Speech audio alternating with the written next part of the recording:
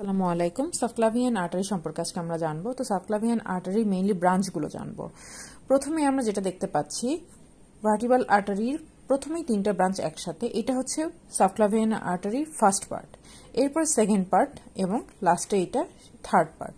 তো ফার্স্ট পার্টের যে ব্রাঞ্চ তার মধ্যে রয়েছে vertebral artery, internal thoracic artery আর থাইরোসার্ভাইকাল ট্রাঙ্ক।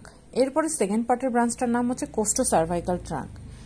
আর থার্ড পার্ট যেটা তার মধ্যে আছে ডরসাল-স্ক্যাপুলার আর্টারি। তো এটা আমরা ইজিলি কিভাবে মনে রাখবো? ভিটামিন সি অ্যান্ড ডি দিয়ে।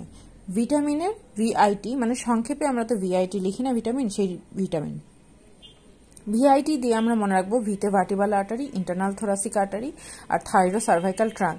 এই যে ফার্স্ট পার্টের ব্রাঞ্চগুলো আমাদের পড়া হয়ে গেল। এরপরে সেকেন্ড পার্টের যে ব্রাঞ্চ তার মধ্যে আছে শুধু সিতে কি কোস্টোসার্ভাইকাল ট্রাঙ্ক।